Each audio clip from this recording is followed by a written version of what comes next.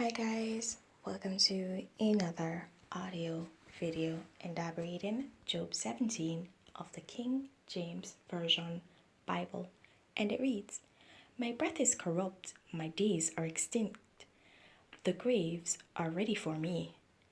Are there not mockers with me? And doth not mine eyes continue in their provocation? Lay down now, put me in a surety with thee. Who is he that will strike hands with me? For thou hast hid their heart from understanding, therefore shalt thou not exalt them. He that speaketh flattery to his friends, even the eyes of his children shall fail. He that made me also a byword of the people, and aforetime I was a tabrette. Mine eye also is dim by reason of sorrow, and all my members are as a shadow. Upright men shall be astonished at this, and the innocent shall stir up himself against the hypocrite. The righteous also shall hold on his way, and he that hath clean hands shall be stronger and stronger. But as for you all, do ye return and come now. For I cannot find one wise man among you. My days are past, my purposes are broken off, even the thoughts of my heart. They change the night into day, the light is short because of darkness. If I wait, the grave is mine house, I have made my bed in the darkness. I have said to corruption, thou art my father, to the worm, thou art my mother and my sister. And where is now my hope? As for my hope, who shall see it? They shall go down to the bars of the pit, when our rest together is in the dust." Alright guys, so in this chapter, Job is basically saying the same thing I was saying in the previous chapter, that his friends basically are condemning him, and they mock him, and this shows that their minds are clouded. They lack wisdom, they lack understanding, their understanding is clouded. I'm trying to look for the exact verse to remind you.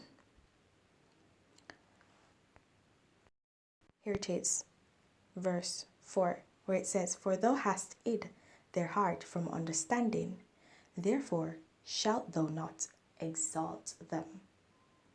So, in this verse here, "For thou hast hid their heart from understanding," that shows that they're not willing to understand. They decide to be ignorant, and they decide not to be wise men in receiving the word and actually opening their minds to understanding what Job was actually saying, and to understanding that, okay, Job is here and he's going through all this, but that does not mean that he did wrong. That does not mean that he blasphemed against God. That does not mean that he turned against God, not blasphemed, turned against God. That does not mean that he's wicked in his dealings. That just means that we need to pray for him. He's our friend. So we need to pray for him. And that's where they lack wisdom, because at a time where they're supposed to be a support system for their friends, for their friend, they're not that way. They're actually doing the opposite. They're condemning their friend. And that just goes to show that they actually weren't real friends, and they're hypocrites, which Job called them. Not them per se, but he did say that they were hypocrites. Okay? So, guys, here we see that we need knowledge.